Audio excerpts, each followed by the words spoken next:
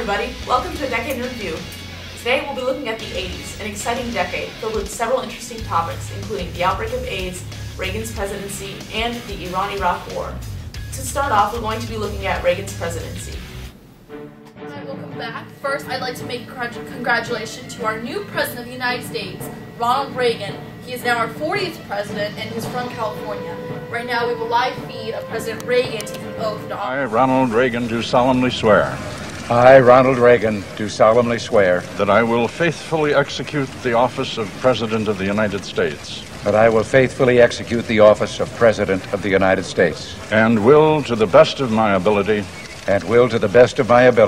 preserve, protect, and defend the Constitution of the United States. The Constitution of the United States. So help you God. So help me God. Now, I congratulate you, sir. And now back to a review of who voted for who. State for Carter, giving him 49 electoral votes, and every other state giving President Reagan 489 electoral votes. Now, Carter got about 41% of the popular votes, while Reagan got 50.7, and Anderson with the extra 6.7. Alright, and that is a review of all the votes that have been tallied in America. Thank you for watching tonight's segment. Have a great day, people. And now we have a quick message from Reagan after his inauguration. Welcome, America, to a new beginning, the 1980s. We will have some new policies to make America a rich and prosperous country. First of all, we want to improve the economy. I'm going to do that through my policy of Reaganomics, in which we'll cut taxes. And by doing this, we want the rich, and really everyone, so they can, be richer, have more money to invest on products and businesses, and therefore we will have, just more money going around. Everybody will be richer, the country will be richer, cut down on inflation, to really become an economy that's thriving and improving after kind of the downwards of the 1970s with stagflation. Also, another thing that we're trying to cut down on is the crime rate in America. Cut down on, criminals and hippies because they act like Tarzan, look like Jane, and smell like a cheetah. We're also going to return to old-fashioned values such as family, religion, etc. And I want to bring some of that past and, really return to those old-fashioned values. So America, I'm challenging you to listen to me and follow through with these policies and make America that dominant country that we want to be. The very same day of President Reagan's inauguration, the hostages that were held in Iran for 444 days were released. And now here's a hostage heading back to the United States. Sir, can you tell us about this experience? It was awful. I saw a lot of other people die there. Anyone else tortured? Yeah, many. What did you have to say about this experience? Just flat out awful. Nothing good to say. Definitely not. Okay, what should be done about this? Just stop it right now. Okay. Enough questions. Now let's fast forward 2 years to the outbreak of AIDS, and now we're going to hear from some citizens from 1982 speaking about this new epidemic. Hi there, sir. Sir, can I ask you a question? Sure, no problem. Alright, what is your take on homosexuals in today's society? Hide your kids, hide your wife and wives, hide your husbands. Hi, sir. What is your take on homosexuals in today's society? If you touch them, you'll get AIDS. It's gross. Hi, excuse me, sir. Yeah. Could I have your opinion on one of the most controversial topics of today's society? Sure. Okay, what is your opinion on AIDS? You don't have it, do you? No, sir. Oh, okay, yeah. My opinion on AIDS. Well, for one thing, it's an epidemic, and it's getting worse. I mean, this could bring us all down. I want nothing to do with it. It's spread through saliva. If somebody has a cut that has AIDS, you can get it just by looking at them. I want nothing to do with that.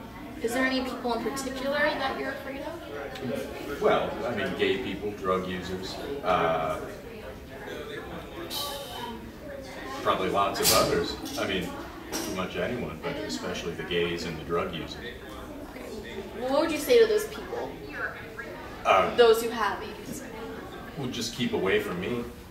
I mean, don't push that on me. I don't want it. Alright, Thank you, sir. Yeah. AIDS is a growing epidemic that the government is doing their best to prevent. And now we'll return after this message from our sponsor.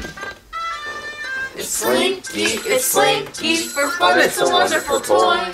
What walks downstairs and moaner her tears and makes the slinkity sound. A spring, a marvelous thing. Everyone knows that it's Slinky. It's Slinky, for fun it's a wonderful toy. It's fun for a girl and a boy. It's fun for a girl and a boy. Get a Slinky the sizing, color you like, metal or plastic. After Reagan's re-election in 1984, there is growing support throughout the nation, but there is still some who are defying it. Last several years, America's top 5% has risen by over 20% in their wealth. As you can see today, we're in the house of Miss Stevenson. And so, Miss Stevenson, what do you feel about Reagan's policies?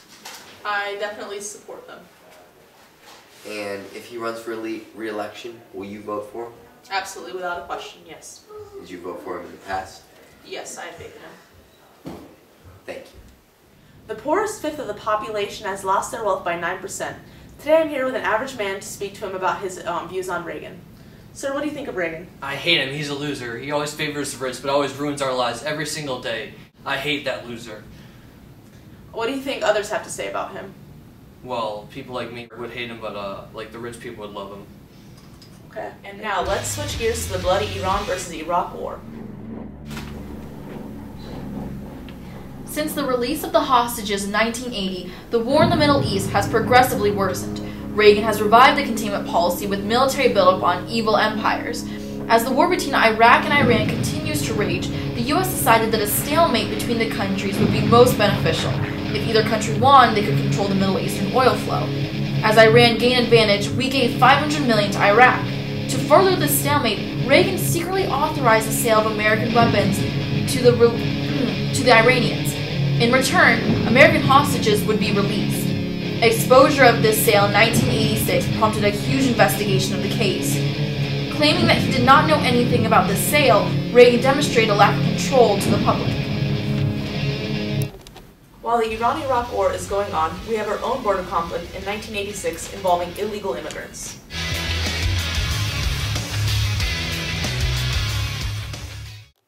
Hi, I'm here with local business owner Daniel Grayson. Mr. Grayson has agreed to participate in our segment over illegal immigration. Mr. Grayson, what is your take on illegal immigrants in America? I do not support illegal immigrants because they're illegal. Do you have any issues with immigrants coming into America? No, but I mean, as long as they're legal, they're citizens of the United States, so I don't have a problem with that. As a business owner, how do illegal immigrants affect your workplace? Well, I'm not allowed to hire illegal immigrants or else I'll be in trouble, so based on suspicion that somebody might be a legal immigrant, I'm not allowed to, if they have a foreign accent, I can't hire them. So is it just on suspicion of foreign accents or anyone who would appear foreign? Both. Alright, thank you very much. Stay tuned for our Gorbachev versus Reagan debate coming up after this message. These baskets in supermarkets, drugstores, and boutiques, they contain very special apple bras. Apple bras are sheer, comfortable, and soft. They support naturally. The Apple bra is for sizes 32, 34, 36, A, B, and C. They fit you and your budget perfectly. The Apple bra, naturally, it fits. Apple bra is at selected Walgreens, Liberty Drugs, or your favorite supermarket or drugstore.